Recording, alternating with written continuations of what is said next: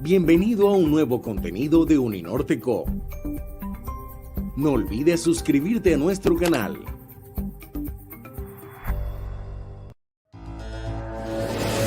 En el mundo, cada segundo se generan miles de millones de datos de diferente naturaleza. Minuto a minuto se acumulan grandes cantidades de información a una velocidad imparable. Hoy nos enfrentamos a una nueva era, entender y procesar ese universo de información para la generación de nuevos conocimientos que transformen nuestra sociedad. Un científico de datos de Uninorte recibe una formación de alto nivel en matemáticas aplicadas, estadística, informática, gestión y comunicaciones para entender, analizar, manejar y sintetizar el inmenso universo de la información. El futuro es ahora. Nuevo pregrado en Ciencia de Datos. Universidad del Norte.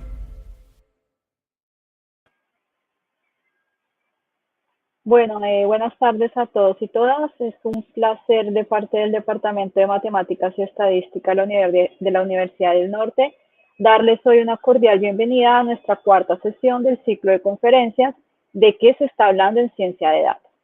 Estas actividades nos permiten conocer un poco más esta área tan reciente en nuestro contexto. Los invitamos también a visitar la página web de nuestro nuevo pregrado en Ciencia de Datos. Bien, hoy a quien tenemos, hoy el invitado es muy especial, es un invitado de nuestra casa de acá de Uninorte. Nos acompaña el profesor Camilo Vieira, un poco de su background. Él es ingeniero de sistemas, tiene un magíster en informática educativa y su doctorado es en educación de ciencias e ingeniería computacional. Como les mencionaba, él es profesor asistente aquí del Departamento de Educación de la Universidad y también es coordinador del Grupo de Investigación en Informática Educativa. Un poco de qué nos va a hablar muy rápidamente. Entonces, él nos quiere mostrar por qué es importante, que es muy importante pensar en cómo vamos a educar a esta próxima generación de profesionales para que puedan usar esta ciencia de datos en varios contextos disciplinares. En particular, vamos a discutir cómo la ciencia de datos puede apoyar los procesos educativos y a la vez cómo podemos educar para el uso efectivo y ético de la ciencia de datos. Cualquier duda, pregunta que tengan, pueden irlas escribiendo en el chat, que al final elegiremos un par de preguntas para hacerle a nuestro invitado. Camilo, te cedo la palabra. Muchas gracias, Luz. Buenas tardes a todos y todas. Muchas gracias al Departamento de Matemáticas y Estadística de la Universidad del Norte por invitarme a compartir un poco con ustedes el trabajo que hemos venido haciendo, digamos, en la intersección entre educación y ciencia de datos. Entonces, vamos a comenzar. Espero que no escuchen el martilleo que estoy escuchando de aquí. Es parte de lo que nos toca en este contexto de trabajo desde casa. A veces aparecen algunos martilleos encima. Un poquito sobre mí, soy de Medellín. Originalmente, bueno, en realidad nací en Montevideo, Uruguay, pero desde los 3 años vivo en Medellín y toda mi familia es de Medellín. Soy ingeniero de sistemas de la Universidad de AFIT y después de graduarme trabajé aproximadamente por 5 años en el área de desarrollo de software hasta que decidí que yo quería enfocarme en educación, pero necesitaba formarme para eso, entender un poco sobre el mundo educativo. Entonces siempre quise mantener como la relación entre mi conocimiento como ingeniero, mis habilidades técnicas, pero sumergiéndome mucho al mundo de la educación. Empecé haciendo la maestría, como decía Luz, en informática educativa. En realidad en EAFID es una maestría en ingeniería, pero el énfasis era tecnologías educativas. Y allí tuve la oportunidad de conocer a la que luego sería mi asesora doctoral, la profesora Alejandra Magana, que vino a Colombia a hacer algunos talleres y empezamos a colaborar. Entonces fui a la Universidad de Purdue, tuve la oportunidad de hacer el doctorado allí en un programa interdisciplinario que se llamaba Ciencias e Ingenierías Computacionales, que básicamente es computación aplicada. En mi caso yo lo apliqué a la educación, como dije, tanto utilizando mis conocimientos técnicos para entender mejor los procesos educativos, como haciendo investigación educativa sobre cómo la gente aprende sobre computación. También estuve allá un año más como un investigador postdoctoral en la misma área, agregando algunas experiencias en el tema de visualización de datos. Y estoy en la Universidad del Norte desde enero del 2019. Vivo en Barranquilla. Digamos que esta pandemia también ha sido un poco una interrupción de eso, pero esperamos volver al campus muy pronto y estar de vuelta allí. Entonces, brevemente, una introducción antes de empezar a hacer esa conexión entre ciencia de datos para educación y educación sobre ciencia de datos, es pensar por qué, ¿cierto? De dónde salió esa idea y de dónde creemos que esto es relevante. Bueno, la ciencia de datos surge, creo yo, realmente por dos cosas coyunturales que ocurren en este momento. Una es la cantidad de datos que tenemos, que nos permite entender mucho mejor algunos fenómenos, y la otra es que tenemos la capacidad de cómputo para procesar esos datos, ¿cierto? Entonces, dentro de esa línea, la computación se ha convertido como el tercer pilar de la ciencia. Ya no solo hacemos, digamos, descubrimiento en la ciencia a través de desarrollos teóricos o experimentos empíricos, sino que empezamos a utilizar también la computación como una forma de acercarnos al conocimiento, ya sea para procesar grandes cantidades de datos, para hacer simulaciones, para representar fenómenos que de pronto no son tan fáciles de representar en un laboratorio. Dentro de ese desarrollo de la computación como una forma de aproximarse a la ciencia y al conocimiento, han surgido un montón de disciplinas o subdisciplinas dentro de grandes disciplinas que en español diríamos que tienen el apellido computacional. En inglés funciona al revés por la forma de cambiar los nombres. Entonces, existe la lingüística computacional, la biología computacional, la química computacional, la neurociencia, la física, la estadística computacional.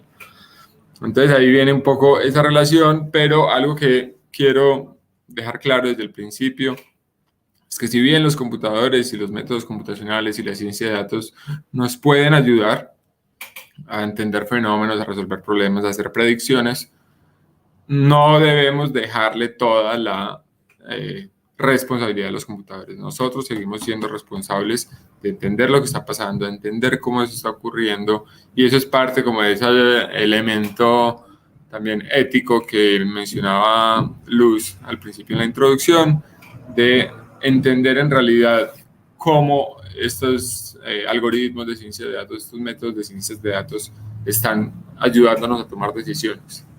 Y vamos a tocar un poco más ese tema más adelante.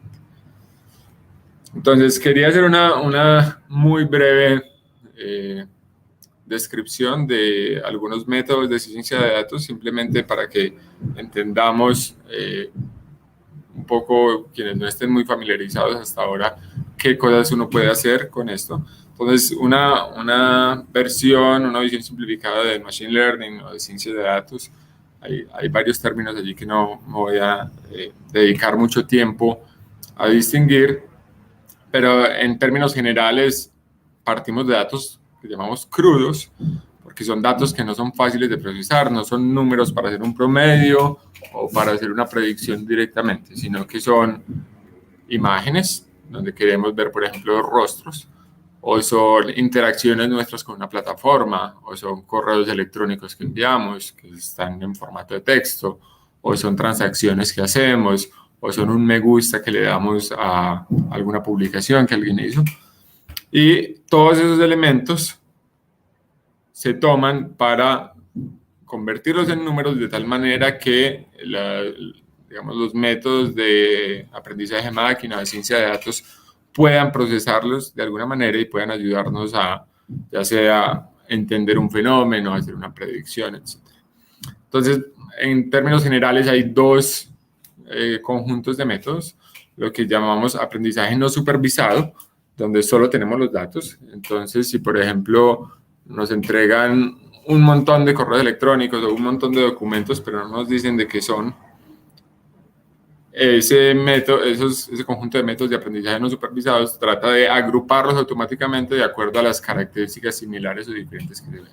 Pero no hay una clasificación previa. Por eso se dice que no es supervisado. Mientras el aprendizaje supervisado sí tiene una clasificación previa, entonces resulta que nosotros le hemos estado dando me gusta a cierto tipo de contenido, entonces esa clasificación permite hacernos sugerencias a nosotros para otros contenidos, digamos, nuevos. Con el aprendizaje supervisado, normalmente tendemos a hacer agrupamiento, llamamos también clustering, es decir, estos se parecen entre sí, entonces son como del mismo grupo, estos se parecen entre sí, entonces son del mismo grupo. O también a veces hacemos algo que se llama reducción de dimensiones. Resulta que cuando partimos de un dato como una imagen, esa imagen tiene muchos píxeles, que es cada puntico de color, y cada puntico de color tiene 3, digamos, colores, ¿cierto? El RG y el rojo, verde y azul, y tiene, digamos, una intensidad de cada uno de esos colores, y así es una forma en que almacenamos imágenes. Entonces, si pensamos que cada puntico de esos es un dato en esa imagen, son millones de puntos y eso es muchas dimensiones. Pensemos en las dimensiones como columnas en un conjunto de datos. Entonces, a veces lo que queremos hacer es reducir esas dimensiones a un conjunto de nuevas columnas más pequeño que nos den información suficiente para luego tomar decisiones. El segundo componente es el aprendizaje supervisado, que, como les digo, es para hacer clasificación, decir, esto es, por ejemplo, cuando hacemos recomendaciones en publicidad y cosas así, esto sería bueno para este grupo, esto para este grupo, y los vamos clasificando. Y la regresión se trata de hacer, digamos, predicciones sobre, por ejemplo, en cuánto va a estar el dólar mañana, que no es un problema tan sencillo, seguramente utilizan algunos métodos que intenten aproximar eso, pero no, es un problema bastante complejo que aún no hemos llegado hasta allí. Un par de ejemplos de supervisado y no supervisado, seguramente a muchos de ustedes les ha tocado decir dónde están los semáforos en una imagen. Esto a veces es muy difícil, como vemos en este meme que pongo allí, porque hay un puntico en lo que uno dice, bueno, esto es parte de un semáforo o no, ¿cierto? Ahora, ¿qué hace, por ejemplo, Google con esto? Muy posiblemente lo que hace es entrenar a su carro autónomo, a su carro que se maneja solo, porque un carro que se maneja solo tiene que estar pensando en, bueno, estos son otros carros que se van a estar moviendo, esto es un peatón que tengo que tener mucho cuidado, esto es una señal de tránsito y esto también es un semáforo que me puede decir si puedo avanzar o no. Entonces, seguramente a través del trabajo que nosotros de alguna manera le hacemos a Google al decirle esto sí es una luz y esto no es una luz, ellos están utilizando esa información para hacer este aprendizaje supervisado y tomar decisiones en tecnologías como un carro que se maneja solo. En no supervisado podemos, por ejemplo, tener datos de un montón de animales y de acuerdo a la información sobre ese montón de animales, agruparlos de acuerdo a cosas similares. Este es como un ejemplo de lo que podría ser aprendizaje no supervisado. Bueno, ya con esa idea, insisto, muy general y muy simplificada de lo que puede ser ciencia de datos, pero que nos da una idea de lo que podemos hacer, podemos agrupar, podemos predecir, podemos recomendar, podemos entender cosas que están pasando, digamos, de diferentes maneras para diferentes personas. Empecemos a hablar un poco de elementos de ciencias de datos que nos pueden ayudar en la educación directamente. Y tal vez lo más obvio o lo más directo sería, resulta que si los estudiantes están trabajando con una plataforma específica, podríamos capturar información a partir de sus interacciones y contribuciones y, por ejemplo, definir nuevas formas de evaluación. Que podemos ver, digamos, el proceso de aprendizaje y no esperar hasta el final para hacer una evaluación, sino ver cómo los estudiantes están aprendiendo. Por ejemplo, si están interactuando con una simulación y tienen que resolver el problema con una simulación, entonces podemos entender ese proceso, vamos más allá de ese producto final y podemos incluso dar retroalimentación a tiempo, dar retroalimentación sobre ese proceso de aprendizaje.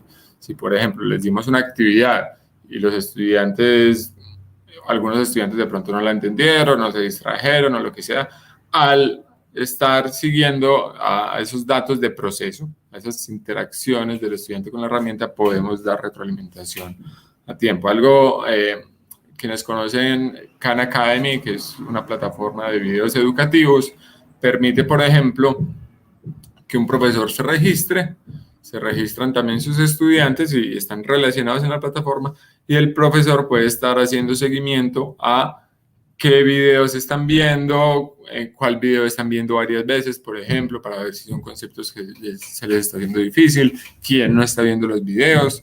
Entonces, ese tipo de interacción también nos permite, digamos, hacer un monitoreo del proceso de aprendizaje de los estudiantes. También, digamos que hay una promesa de personalizar el aprendizaje, y es reconocer cómo es el proceso de aprendizaje de cada estudiante, y de acuerdo a eso, por ejemplo, dar cierta retroalimentación específica u ofrecer ciertos materiales adicionales según los intereses, el desempeño, etc. Y puede ayudarnos también a monitorear los materiales de aprendizaje, los recursos de aprendizaje. Ahorita vamos a ver un ejemplo de esto, pero en general uno puede ver, resulta que yo puse tantos materiales en una plataforma y ningún estudiante lo está usando. O no lo están usando porque nunca lo encontraron, o no lo están usando posiblemente porque no lo vean útil. Entonces yo, como docente o como diseñador de la formación, puedo tomar decisiones informadas a partir de esas interacciones. También llegan incluso a analizar automáticamente contribuciones, por ejemplo, en foros, o hay una herramienta bastante reciente que se llama Perusall, donde uno pone un documento en línea y diferentes estudiantes empiezan a hacer, digamos, preguntas o comentarios sobre ese documento, y la plataforma evalúa automáticamente, digamos, las reflexiones y las preguntas de los estudiantes. Quiero mostrarles un par de ejemplos. Este es un estudio que hicimos ya hace unos 3-4 años con mis colegas en Purdue.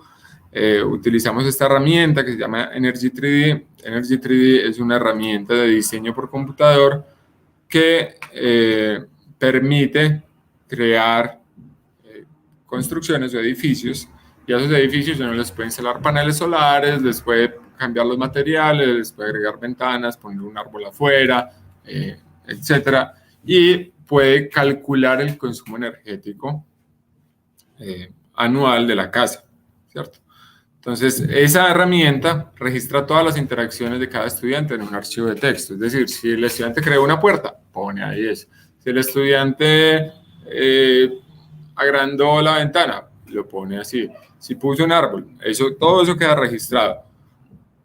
Y algo que hacíamos era ponerles un reto a los estudiantes de diseñar una casa que llamamos casa energía cero, que es básicamente produzca suficiente energía para sí misma en el periodo de un año, dadas unas restricciones de área mínima de la casa, de costo de los materiales, del número de ventanas en cada pared, porque a veces terminan haciendo unos calabozos sin una sola ventana. Entonces, lo que queríamos ver era entender un poco el proceso de diseño de los estudiantes. El proceso de diseño es de hecho ya un resultado de aprendizaje importante, no solo a nivel de ingenierías en universidad, sino que en países como Estados Unidos ya se está integrando dentro de la formación secundaria, porque permite identificar estrategias para resolver problemas complejos que no tienen una única solución ni una única forma de llegar a la solución. Ese proceso es difícil de evaluar, ¿cierto? Porque ¿cómo uno evalúa? ¿Por el resultado final o evalúa? Disculpan el avión que está pasando. ¿Evalúa por el resultado final o evalúa por las estrategias que tomaron? Entonces, la investigación dice que expertos diseñadores y novatos diseñadores hacen algunas de estas prácticas que he listo allí de manera diferente. Por ejemplo, un experto toma mucho más tiempo en comprender el problema, se detiene a investigar sobre el problema, mientras los novatos tratan de saltar de una a la solución. Un novato tiende a generar una única idea y pegarse a esa idea y tratar de resolver el reto con esa idea, mientras que los expertos suelen generar diferentes ideas. Otro elemento que es importante y es el que nos parecía relevante en esta investigación era llevar a cabo experimentos. Uno recoger datos sobre su diseño y saber qué está funcionando y qué no para tomar decisiones informadas es un elemento importante. Y resulta que un diseñador principiante o novato a menudo no hace experimentos, no recoge datos, o cuando recoge datos, y en este caso recoger datos significaba hacer el análisis de consumo energético, lo hacen luego de modificar muchas variables. ¿Qué implicaciones tiene eso? Que esas variables no las vamos a poder aislar de tal manera que podamos saber cuál es el efecto que tiene una variable u otra. Por poner un ejemplo, un estudiante llega y pone una ventana, pone un árbol afuera que cubre la ventana, digamos, del sol, pone un panel solar, cambia el material de las paredes del hogar y luego recoge información sobre consumo energético de la casa. Allí, al hacerlo de esa manera, el estudiante nunca va a saber si fue por la ventana, si fue por el panel solar, si fue por el árbol o por los materiales de la casa. Entonces, lo que queríamos era llevarlos hacia un proceso en el que ellos hicieran experimentos mucho más controlados, donde aislaran por lo menos una variable, es decir, yo pongo una ventana y recojo datos, pongo una ventana y vuelvo y recojo datos y veo el efecto literalmente de instalar esa ventana. Y si ya llegaban a niveles, digamos, más avanzados, experimentos como de tipo factoriales, donde exploramos más de una variable a la vez. Entonces, el proceso era, nada, hacemos unas entrevistas con los estudiantes, tienen 30 minutos para trabajar en ese reto de diseño, recuerden, es hacer una casa que produzca suficiente energía para sí misma. Luego hacemos una intervención, que ya la voy a describir, y luego vuelven a trabajar en el reto de diseño. La intervención era un pequeño caso de estudio donde una investigadora estaba viendo el efecto de la cantidad de agua y el fertilizante en unas plantas que estaba creciendo.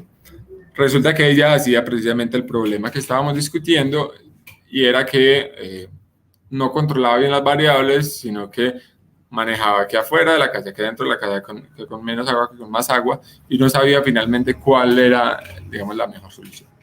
Entonces les hacíamos unas preguntas de reflexión a los estudiantes sobre por qué no está pudiendo llegar a una conclusión y cómo creían que este ejercicio les podría ayudar a ellos a resolver el reto.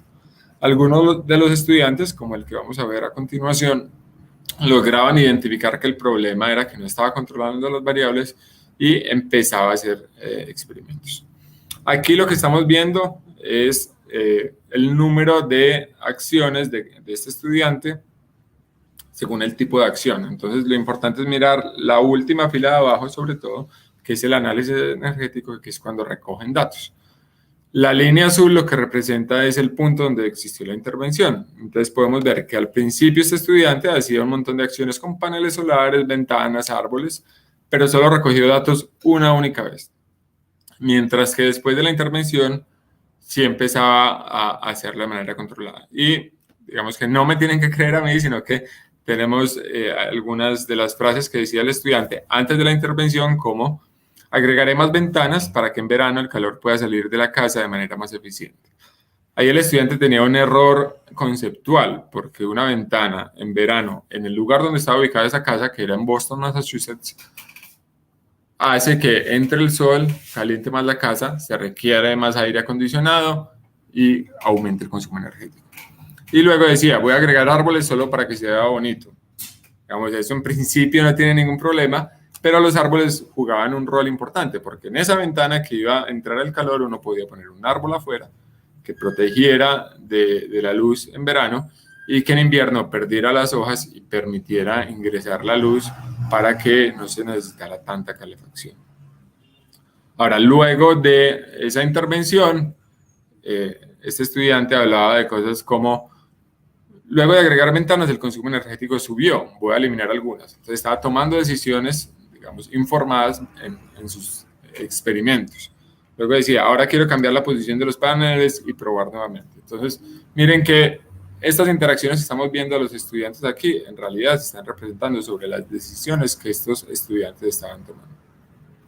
Y finalmente decía también, agregaré más árboles, puede que eviten que el calor entre a la casa, probaré nuevamente. Entonces, miren que el mismo estudiante cambió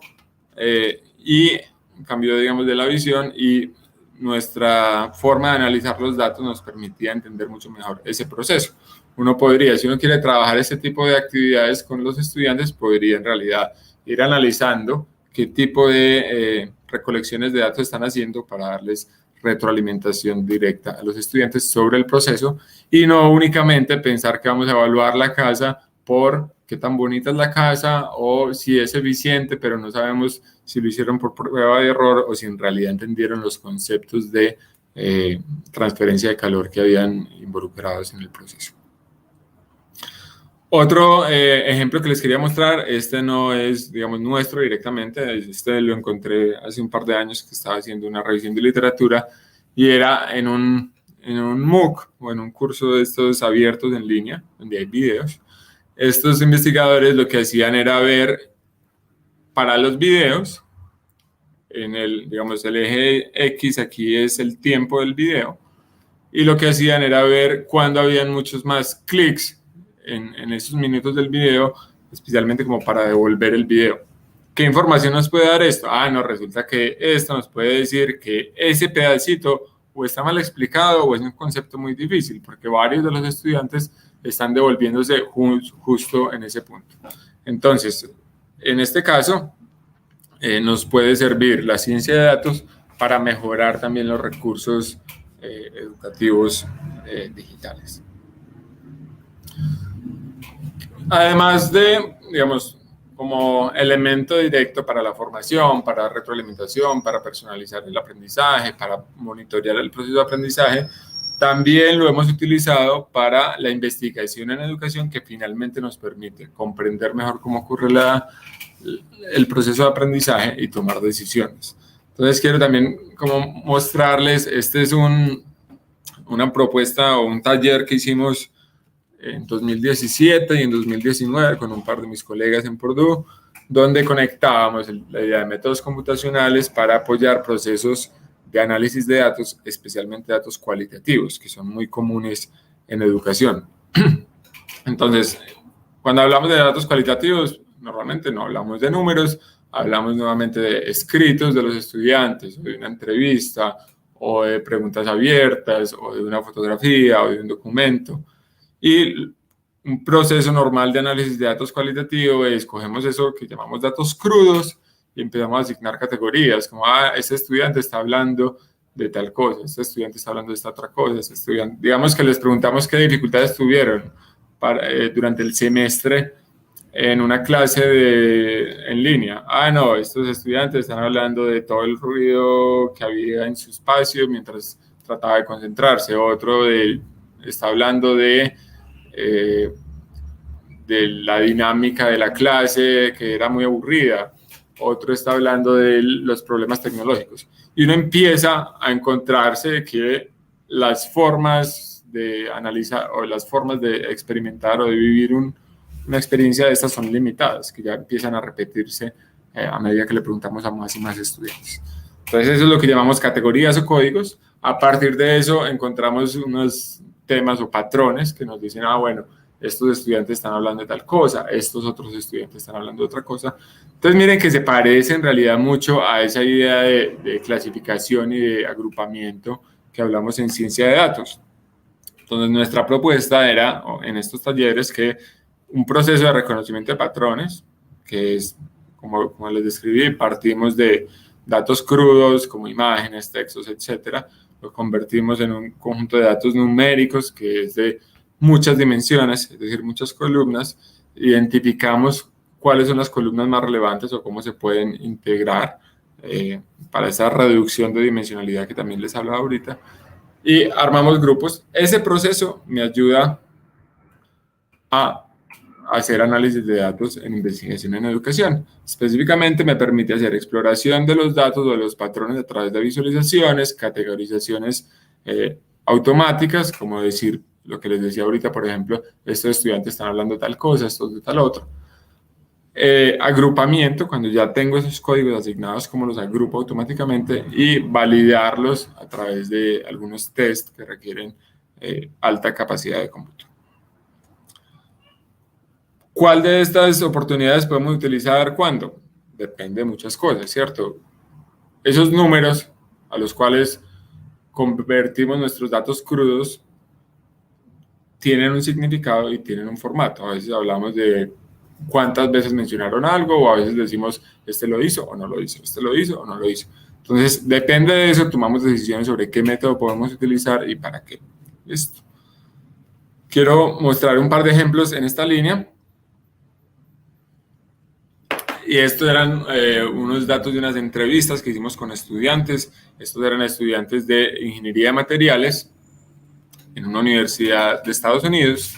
Y teníamos estos estudiantes, cada uno de ellos estaba tratando de resolver un reto de modelación computacional para un fenómeno de ingeniería de materiales. ¿Qué queríamos ver? ¿Cuáles eran las diferentes maneras en que los estudiantes lo hacían? Digamos, qué tipos de conocimientos utilizaban, en qué fases del proceso de modelación. Entonces lo que hicimos fue, bueno, organicemos los datos de las entrevistas, que son, digamos, 1 hora de entrevista con cada estudiante, a ver si están hablando de cuál de los pasos del proceso de modelación. Analizar el problema, resolverlo, que es como implementar el modelo, verificar que el modelo esté funcionando y hacer ajustes a partir de esto. Es digamos, nuestra adaptación del proceso de modelación. Entonces, organizamos para cada estudiante en cada momento de cuál de los pasos estaba hablando y decíamos, bueno, ¿qué tipo de conocimiento está utilizando? Está utilizando conocimiento declarativo, que es, por ejemplo, saber que pi es 3.14159 y muchos números. No necesariamente saber por qué, ni cómo, ni nada. Se sabe, eso es un conocimiento de saber qué. O están hablando de conocimiento procedimental, saber cómo ocurre algo, por ejemplo, saber cómo ocurre un proceso en ingeniería de materiales. O están hablando de conocimiento esquemático, saber por qué algo funciona de cierta manera. O de conocimiento estratégico, saber cuándo, cómo y dónde o bajo qué condiciones funciona algo. Entonces, esto es todo análisis cualitativo, esto todo se hizo a mano. El caso es, para cada estudiante teníamos una tablita como esta. Entonces, por ejemplo, este estudiante, decimos, bueno, en el paso de analizar utilizó conocimiento declarativo 10 veces y estratégico 1 vez, no utilizó conocimiento procedimental ni esquemático, ¿cierto? Para el paso de mantener, utilizó 3 veces el conocimiento estratégico y 1 vez el procedimental.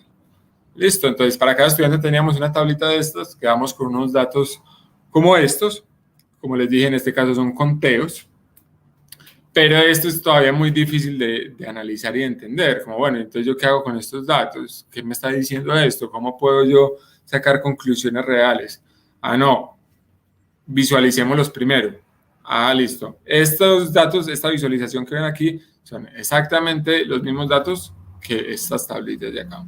Lo que ocurre es que cada fila, en este caso, es un estudiante y las columnas están divididas por los pasos del proceso de modelación y dentro de cada uno de esos elementos los 4 tipos de conocimientos. El tamaño de la bolita representa cuántas veces surgió ese tipo de conocimiento para ese paso. Entonces aquí podemos ver patrones muy claros. Por ejemplo, en la fase de analizar, a ver si yo puedo apuntar acá.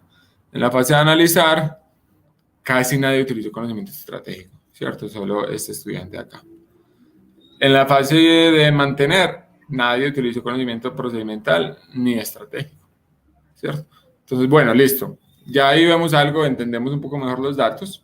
La interpretación, insisto, es parte del investigador o de la persona que está usando esto. El algoritmo no te va a dar esa información en ningún momento. Pero lo otro que vemos es que no todos los estudiantes lo hacen igual, ¿cierto? Por ejemplo, aquí vemos unos 3 estudiantes que solo utilizaron conocimiento declarativo en la fase de resolver. O aquí vemos unos estudiantes que usaron bastante conocimiento esquemático en mantener, pero no fueron todos. Entonces lo que queríamos era, bueno, agrupémoslos, ¿cierto? Esa idea de clustering.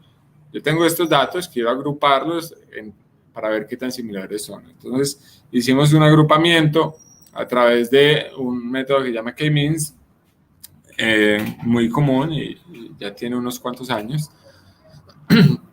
Y vemos que, por ejemplo, aquí tenemos 3 estudiantes que solo utilizaron conocimiento declarativo y procedimental en ese primer paso, o aquí tenemos un estudiante que parece que quedó, digamos, diferente de todos los demás. A partir de aquí, nuevamente, es rol del investigador o la investigadora de interpretar qué quiere decir esto a la luz de la literatura existente, de sus marcos teóricos. Otro ejemplo En ese vimos cómo se podía visualizar, explorar esos datos y agrupar automáticamente. Otro ejemplo es cómo hacemos una categorización semiautomática de las respuestas abiertas. Es común que en una encuesta uno ponga una pregunta, o en un examen uno ponga una pregunta abierta donde los estudiantes tengan que explicar algo, y eso es difícil de evaluar a gran escala, ¿cierto? Cuando tenemos un curso como un MOOC, que es un curso en línea masivo de miles de estudiantes, analizar manualmente miles de respuestas es muy difícil.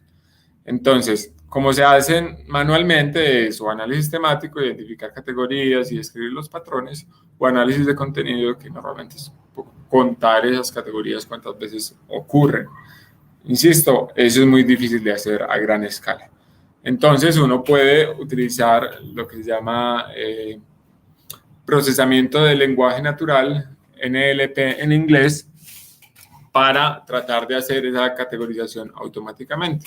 Yo no espero ni voy a describir, digamos, en detalle cada uno de estos métodos. Este fue el proceso que siguieron. Esto es un trabajo de unos colegas de mi laboratorio en el que yo trabajé en Purdue. Pero aquí hay como algunos elementos interesantes. Por ejemplo, este tema de la bolsa de palabras es básicamente usted coge un texto, identifica qué palabras hay y cuántas veces aparece cada uno, ¿cierto? Pero eso nos da cierta información, pero no necesariamente nos habla de significado. No, resulta que hay otra forma de organizar las palabras de acuerdo al contexto en el que está, las palabras que están a los lados, o qué tanto aparece en un documento versus los demás documentos. Entonces, a través de esto que llamamos procesamiento del lenguaje natural, podemos automáticamente decir, bueno, este estudiante tuvo una buena explicación de ese problema, si estamos hablando de un examen, por ejemplo, este no, o si estamos hablando de una encuesta en la que queremos obtener percepciones, podemos decir, bueno, estas son percepciones positivas, estas son negativas, estas de pronto son indefinidas también, como esto es todavía un proceso exploratorio, especialmente en español, puede ocurrir que ciertas cosas no sean exactamente precisas en este momento. Listo. Bueno, esa era un poco la primera parte sobre ciencia de datos para la educación. Vimos cómo a partir del análisis de los procesos de los estudiantes o cómo a partir de agrupamientos automáticos podemos entender mejor los procesos de aprendizaje. Y ahora quisiera dedicar un poquito, unos 10 minuticos antes de que vayamos a preguntas, al tema de educación sobre ciencias de datos. Entonces, vimos que la ciencia de datos como herramienta es una herramienta muy poderosa, ¿cierto? Uno puede hacer un montón de cosas y depende de los datos y los métodos que vaya a utilizar. No solo para educación, sino en general, para todas las disciplinas, ¿cierto? En realidad ya en muchos programas a nivel mundial se está integrando elementos de ciencias de datos, por ejemplo, en ingenierías disciplinares o en ciencias naturales y sociales. ¿Cuál es el problema? Que a menudo esta herramienta es una caja negra para nosotros. A menudo no sabemos qué es lo que está pasando detrás. Son algoritmos que cogen grandes cantidades de datos, hacen algo por dentro y nos dan un resultado.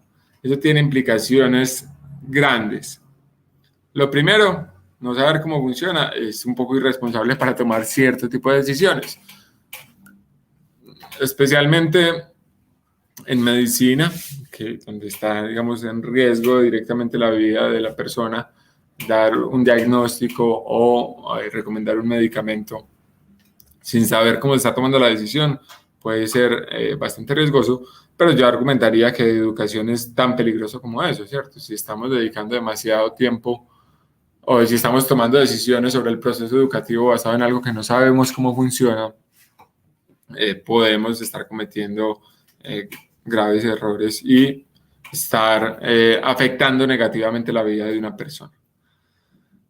Y lo segundo, y tal vez más importante, pero también relacionado, es que depende de los datos que tengamos, ¿cierto? Y entonces uno se empieza a preguntar, bueno, estamos tomando decisiones de educación basados en datos, pero ¿quién está representado en los datos? ¿Cierto? ¿De dónde sacamos esos datos? Seguramente es muy diferente si tomamos unos datos solo de colegios privados de ciudades principales que si tomamos datos de colegios rurales, de instituciones públicas en el país, donde hay una brecha tan grande pues, entre estos dos tipos de instituciones.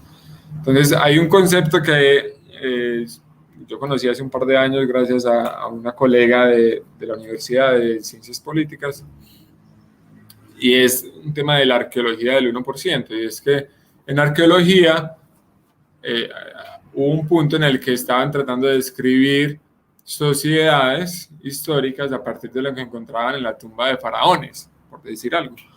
Y eso es un error grandísimo, ¿cierto? Porque los que están en esas tumbas conservando todo eso no son representativos de la sociedad. Ese mismo riesgo lo estamos corriendo ahora. Estamos pensando que la ciencia de datos nos va a traer todas las soluciones, pero a veces no reflexionamos sobre quién es ese 1% reflejado en nuestros datos. Es más, en muchos casos, en nuestro contexto, terminamos adoptando herramientas y métodos que fueron desarrollados en un contexto diferente, con unos grupos étnicos diferentes a los nuestros, con un lenguaje diferente a los nuestros. Entonces, eso es uno de los grandes riesgos que habría que considerar cuando pensemos cómo vamos a evaluar, a enseñar sobre ciencia de datos. Ese mismo elemento de la arqueología del 1%, pero también incluso dentro, digamos que tenemos datos de Colombia, no venimos con datos de Estados Unidos, pero ¿quiénes de los de Colombia están representados en esos datos? Más hombres que mujeres o más ciertos grupos étnicos que otros.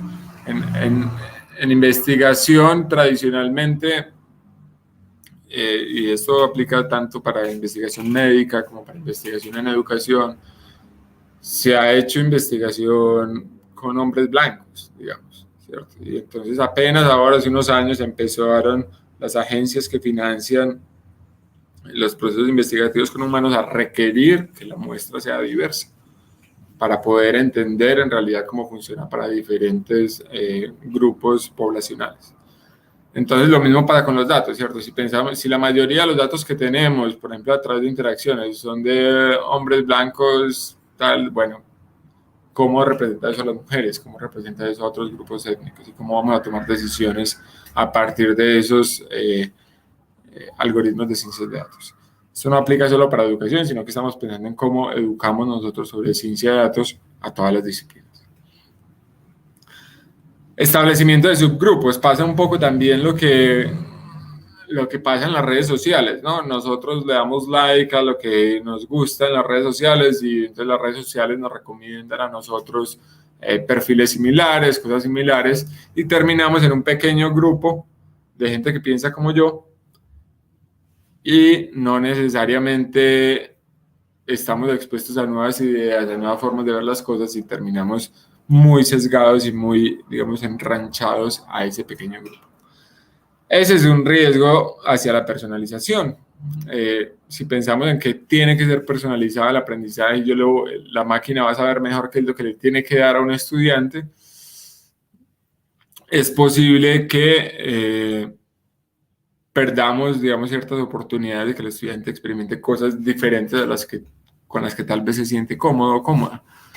Esto pasó, por ejemplo, con ese famoso mito, que voy a dejar claro aquí que es un mito, de estilos de aprendizaje, donde alguien decía, no, es que ese estudiante es visual, ese es textual, entonces solo hay que darle lo visual a ese y lo textual a ese.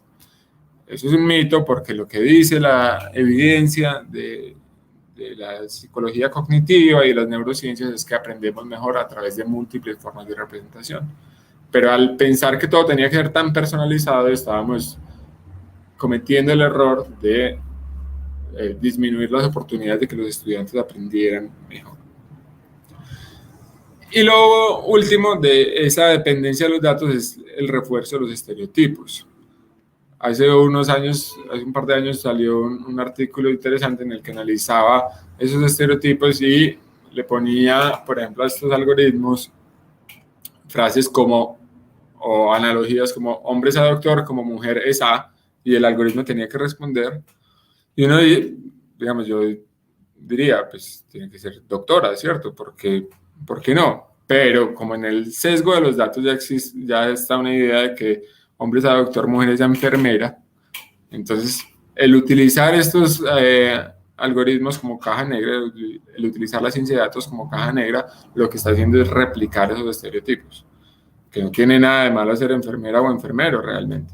Pero esa idea de que el hombre es el que tiene que ser doctor y la mujer es la que tiene que ser enfermera es un estereotipo basado en, digamos, tradiciones culturales que creo que muchos estamos de acuerdo que vale la pena combatir. Entonces, la pregunta aquí es, bueno, ¿qué hacemos? ¿Cómo hacemos para, primero, entender qué es lo que está pasando por dentro y entender y reconocer los sesgos? Entonces, una de las propuestas que nosotros venimos trabajando es, no, utilicemos la visualización. La visualización nos permite ver a través de esa caja negra y entender qué es lo que está pasando. Y otras ideas es, por ejemplo, entendamos los sesgos, entendamos cuáles son los sesgos en mis datos.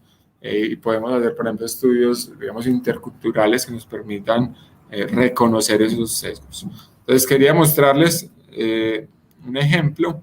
Permítanme, yo me muevo aquí.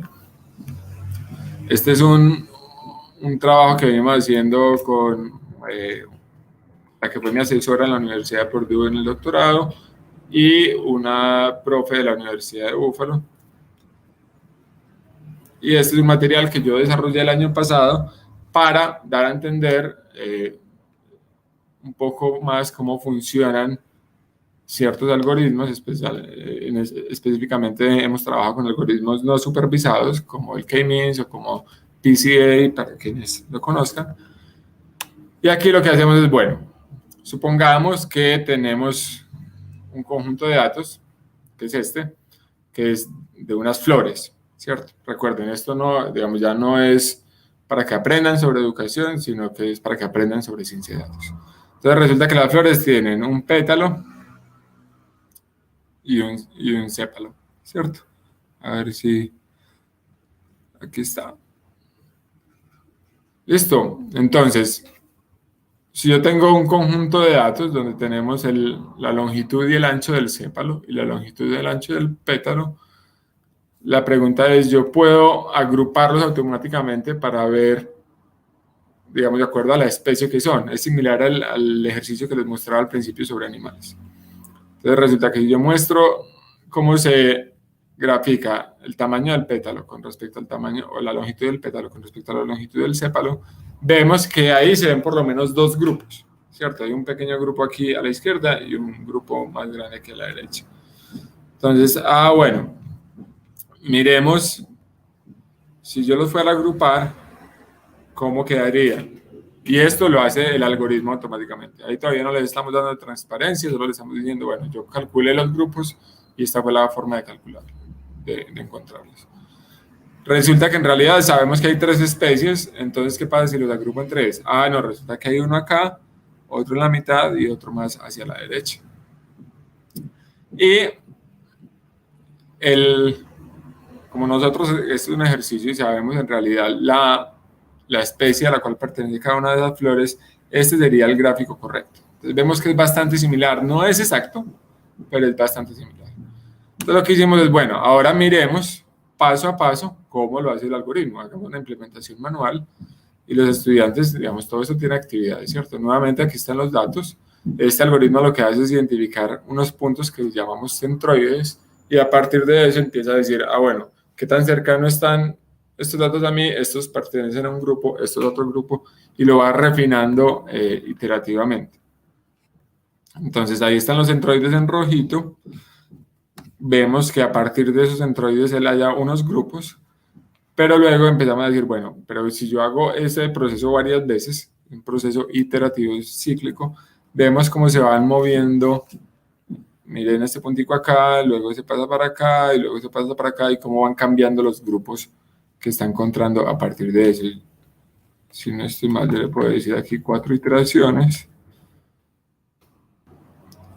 Y me muestra cómo, miren cómo cambian los grupos desde la primera iteración, que es este 0 aquí, hasta la última.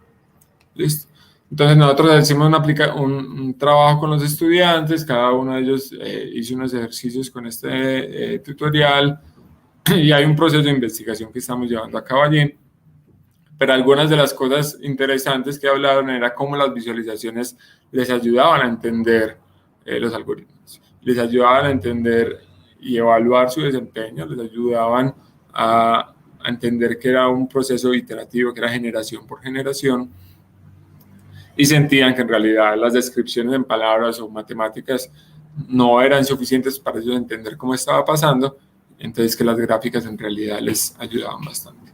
Entonces esta es una línea que estamos trabajando sobre cómo podemos ayudar a los estudiantes a entender lo que pasa detrás de un algoritmo de procesamiento de datos.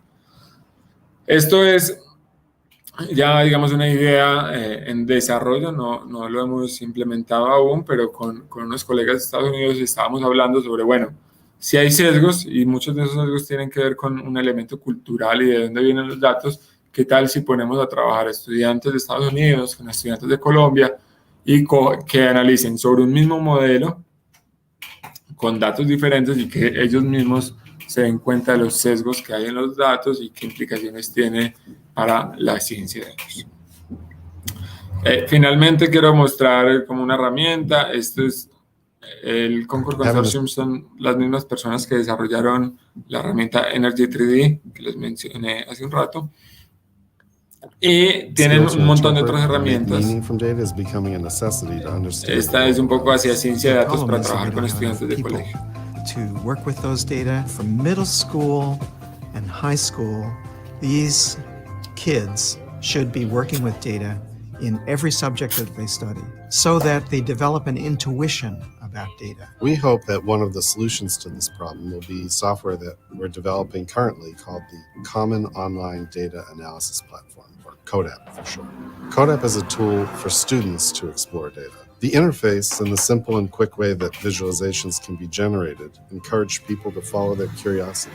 It makes analyzing data more accessible to students and more engaging for everyone. You take a text file that's on your desktop and you drag it into the browser window and boom, your data appears in a table. We're working with several partners to expand the way CODAP can work with various forms of data. One of our partners is the Minnesota Population Center, and they have very interesting data that's oriented to geographic. Entonces lo interesante es que ellos están acercándose a la educación de ciencia de datos a través de visualización, que también es una forma, digamos, fácil de llegar a estudiantes de secundaria. Bueno, finalmente, antes de dar espacio para las preguntas, reconocer a colaboradores con los que he hecho este trabajo y obviamente a todo mi grupo de investigación de informática educativa. Y con eso, pues agradezco y abro el espacio para preguntas si hay alguna.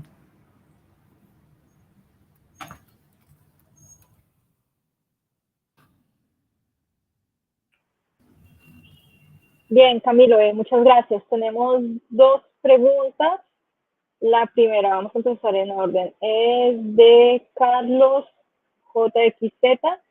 Carlos nos pregunta, te pregunta que cómo clasificaban las respuestas de los estudiantes. Es decir, cómo saber que el estudiante hablaba sobre las ventanas o que los árboles son bonitos. Claro, en ese caso específicamente eran unas entrevistas, ¿cierto? Los estudiantes iban verbalizando sus acciones. Entonces, porque era un proceso de investigación. Entonces nosotros luego mirábamos la transcripción de la entrevista y lo relacionábamos con las acciones que tenían directamente en la plataforma. Idealmente, una vez estos procesos estén totalmente refinados, podemos, digamos, prescindir de todo ese proceso de las entrevistas que obviamente no se puede hacer en la vida real, en un salón de clases, y simplemente ir dando retroalimentación sobre este tipo de prácticas específicas, como llevar a cabo experimentos controlados. Bien, y la otra pregunta es de Joan Andrés Ruiz Velázquez. Se pregunta qué otras herramientas se utilizan para analizar el proceso de aprendizaje de estudiantes de colegio, por ejemplo, de manera cualitativa y no tanto cuantitativa. A ver, pues en realidad es que muchas de las cosas que hablé en el fondo son cualitativas, ¿cierto? Como agruparlos de acuerdo a la forma en que hacen una cosa o el tipo de respuestas que dan, finalmente son cualitativas. Lo que pasa es que cuando hablamos de ciencia de datos, pues pasamos por números para poder hacerlo de manera automática. Entonces, no, realmente yo creo que muchas de las cosas que mostré no son tan cuantitativas, solo que pasan por números para llegar a unas descripciones y a elementos cualitativos. Herramientas hay muchas depende del objetivo, ¿cierto? Depende de si estamos esperando que los estudiantes lean un documento, por ejemplo, hablábamos de Perusal en algún momento, o si estamos esperando que los estudiantes interactúen con materiales en línea. Hay incluso algunos trabajos que han mirado como a interacciones en un salón de clase a través de video. Eso, digamos, obviamente necesita mucho más desarrollo, o el tema de procesamiento del lenguaje natural para entender los escritos de estudiantes. Con un colega de la universidad, del departamento de español, estamos tratando de entender un poco la forma de los estudiantes de hacer escrituras reflexivas, que son finalmente como ensayos, y ver cuáles son las características de los buenos ensayos de manera automática.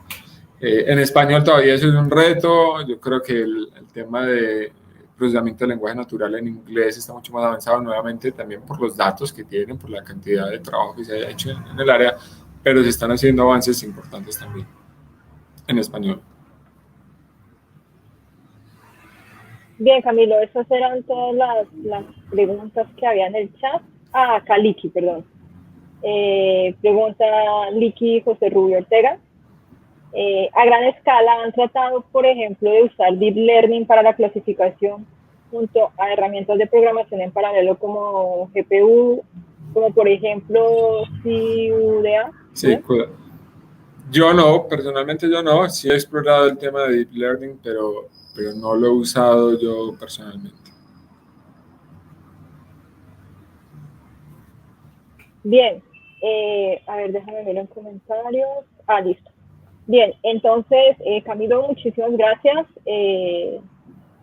Tocaste temas muy interesantes desde los dos puntos de vista, así que te agradecemos enormemente con esta charla. La idea es que los presentes puedan ver diferentes ramas o estrategias o formas de aplicar ciencia de datos o cómo utilizar ciencia de datos en educación para ciencia de datos. Así que excelente tu intervención, te agradecemos muchísimo y nos vemos en una próxima edición. Un abrazo a todos. Muchas gracias, Luz, y pues en realidad muy contento también de que se abra este nuevo pregrado en la universidad. Creo que es muy relevante y tiene aplicación en muchas áreas, en todas las áreas diría yo. Entonces, bueno, mucha suerte con eso también para el departamento.